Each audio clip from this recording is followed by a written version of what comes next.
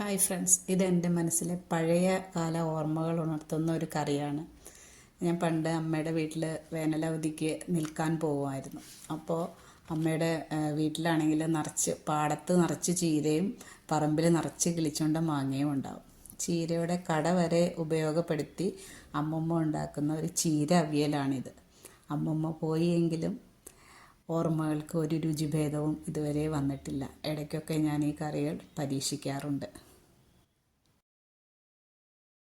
ഇതിൻ്റെ അരപ്പിനായിട്ട് നമ്മൾ സാധാരണ അവിയൽ വയ്ക്കുന്ന പോലെ തേങ്ങ, ജീരകം, മുളക്, അതുപോലെ ഉള്ളി, പിന്നെ ഒരു മാങ്ങയും കൂടി വേണം.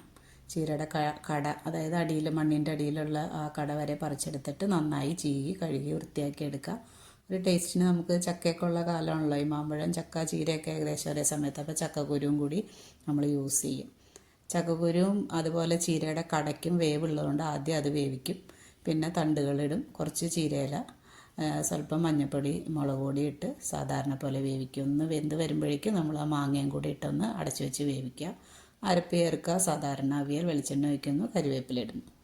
അപ്പോൾ എല്ലാവരും ഇതൊന്ന് പരീക്ഷിച്ച് നോക്കും. എല്ലാവർക്കും ഇഷ്ടമാകും. കട വരെ നമുക്ക് ഉപയോഗപ്പെടുത്താമല്ലോ. അപ്പോൾ അതിനൊരു പ്രത്യേക ടേസ്റ്റും ആരോഗ്യപ്രദവുമാണ്. അപ്പോൾ അതെല്ലാവരും ഒന്ന് പരീക്ഷിച്ച് നോക്കൂ.